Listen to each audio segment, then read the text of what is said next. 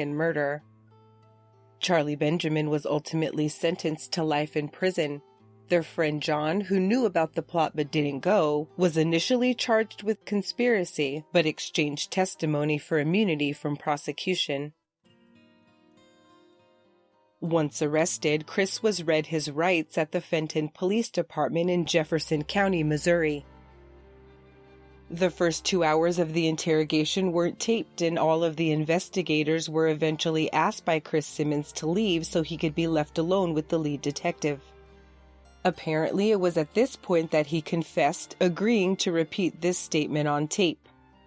The video begins with Chris acknowledging that he'd signed the waiver proving he'd been Mirandized, and that they were beginning this tape at the 3rd hour of their questioning. Listen closely to him admitting to tying up Shirley Crook and throwing her in the Merrimack River. She walked out ribs and tied her hands and feet together. Who pushed her? Who? You pushed her? Authorities transported him in handcuffs back to the railroad trestle and videotaped Chris showing where the murder had been committed. He claimed any discussions of premeditation had just been, quote, stupid talk, but admitted that Shirley's murder, quote, is not something that can be easily blocked out. Hey guys, hope everyone is hanging in there and taking care of yourselves. I always think about how lucky I am to live so close to both my parents and my in-laws, knowing so many people who are separated by hundreds of miles from their families. In this era of social distancing, it's more important than ever that we don't forget Mother's Day this year, next Sunday, May 10th. This year, we're gifting my mother-in-law with the most meaningful gift, a chance to connect through Storyworth. Every week, Storyworth will email her different story prompts, including questions you've maybe never thought to ask, thought-provoking questions like, what have been some of your life's greatest surprises? After a year, Storyworth will compile the stories plus a photo and bind them into a book for your family to cherish forever. It's a hassle-free gift since you can email their subscription right to them, perfect for a time like this when we can't meet in person. Give your mom the most meaningful gift this year with Storyworth. Get started right away without the need for shipping by going to storyworth.com/warbaby for $10 off your first purchase. That's storyworth.com/warbaby for $10 off, and get ready for a stress-free Mother's Day. The 17-year-old faced the death penalty, a far cry from getting away with it because he was a kid, like he'd tried to convince his friends. His attorneys did their best to get him to accept a plea deal offered by the state, but he didn't want to plead guilty even to avoid the death penalty. Although the jury was directed to heavily weigh his age during their deliberations, Chris Simmons was found guilty of first-degree murder on June 16, 1994, just as Napoleon Beasley was being arrested for the killing of John Ludig.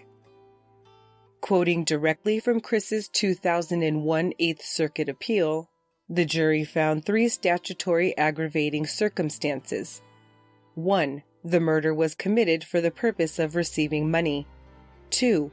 The murder was committed for the purpose of avoiding, interfering with, or preventing a lawful arrest of the defendant. And 3. The murder involved depravity of mind, and as a result thereof, the murder was outrageously and wantonly vile, horrible, and inhuman.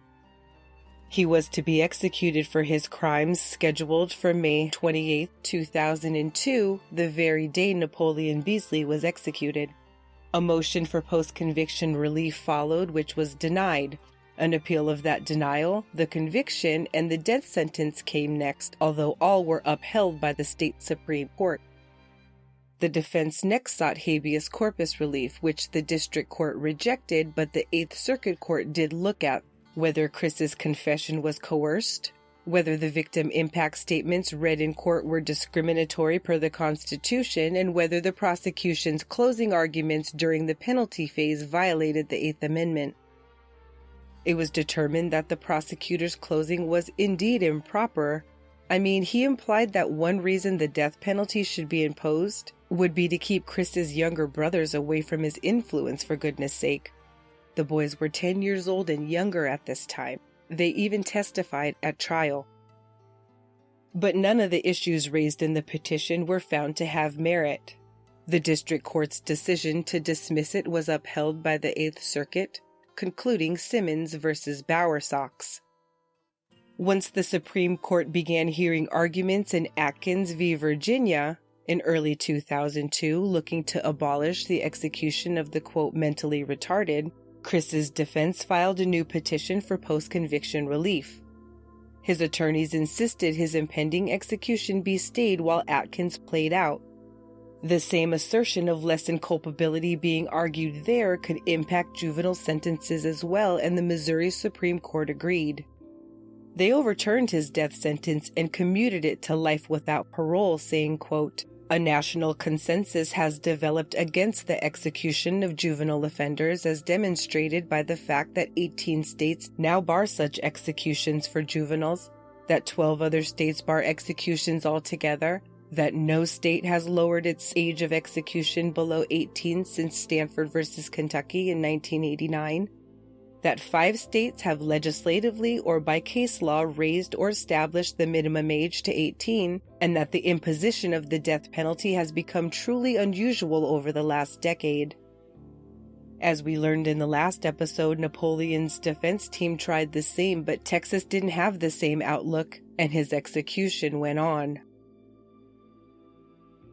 So Christopher Simmons had his initial execution date stayed in April 2002, and in 2003 his sentence was commuted to life by the Missouri Supreme Court. State authorities were dissatisfied with this decision, and the case was headed to the highest court in our land. The Supreme Court was petitioned for writ of certiorari, or a review of a lower court's decision. That's why the case is Roper v. Simmons. Donald P. Roper was the superintendent of Potosi Correctional Center where Simmons was incarcerated, and the state authority appealing the commutation to life.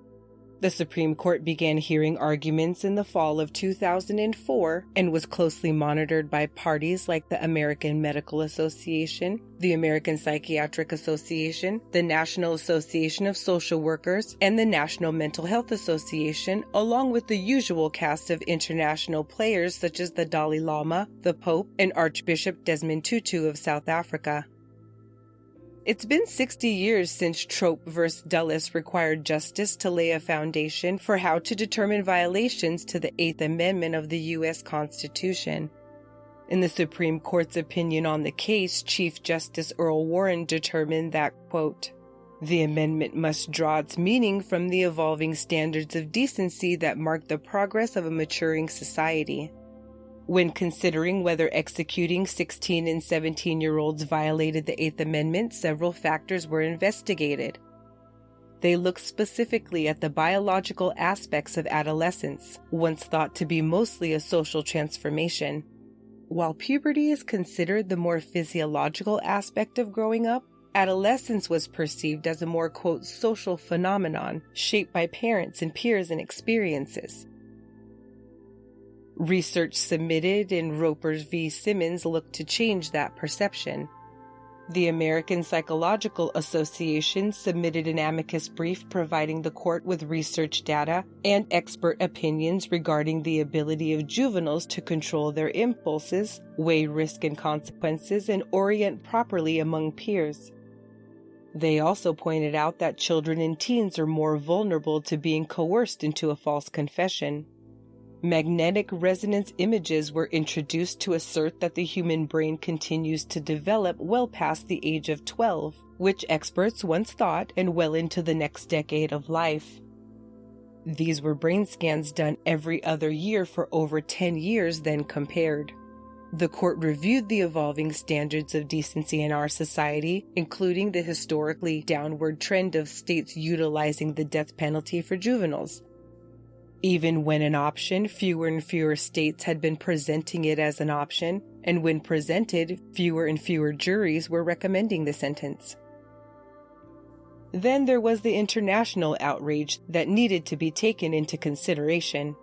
The 8 states that have statutes that theoretically permit execution of offenders under 18 are not only alone in this country, they are alone in the world. Every country in the world, including China and Nigeria and the Saudi Arabia and the Democratic Republic of the Congo, everyone has agreed formally and legislatively to renounce this punishment. And the only country besides the United States that has not is Somalia, which, as this court was reminded yesterday, has no organized government. This is a standard which, a constitutional test that looks to evolving standards of moral decency that go to human dignity. And in that regard, it is notable that we are literally alone in the world, even though 110 countries in the world permit capital punishment for one purpose, for one crime or another, and yet everyone formally renounces it for juvenile offenders. And I think it is relevant in terms of the existence of a consensus. The decision in Atkins v. Virginia determined that the, quote, mentally retarded had lessened culpability when committing crimes, and Roper v. Simmons worked to prove that kids did too. It was concluded that the practice violated the Eighth Amendment rights of juvenile offenders, and it was abolished in March 2005. It was a 5-4 decision, with Scalia penning the dissent. States have rejected the imposition of the death penalty on juvenile offenders under 18. In accord with that view, we now hold that, consistent with the 8th and 14th Amendments, the death penalty may not be imposed on offenders who were under 18 when they committed the crime. 3 general differences between juveniles and adult offenders diminish the culpability of juveniles. First, the susceptibility of juveniles to immature and irresponsible behavior means their wrongful conduct is not as morally reprehensible as that of an adult. Second, juveniles' comparative vulnerability and lack of control over immediate surroundings mean they have a greater claim than adults to be forgiven for failing to escape negative influences. Third, the realities that juveniles still struggle to define their identity means it is less supportable to conclude that even a heinous crime committed by a juvenile is evidence of an irretrievably depraved character. From a moral standpoint, it would be misguided to equate the failings of a minor with those of an adult. That is because a greater possibility exists that a minor's character deficiencies will be reformed. We conclude that states should refrain from asking jurors to issue a far graver condemnation that a juvenile offender merits the death penalty. When a juvenile offender commits a heinous crime, the state can exact forfeiture of some of the most basic liberties, but the state cannot extinguish his life and his potential to attain a mature understanding of his own humanity. I compiled excellent recordings of both the oral argument and the opinion announcement, and you should see them as a bonus in the feed. They aren't very long at all, but offer an amazing glimpse into the inner workings of our legal system. I've linked the opinion and the dissent in the show notes so you can read them online if you so wish. Christopher Simmons is currently 44 years old and is housed at Southeast Correctional Center in Charleston, Missouri.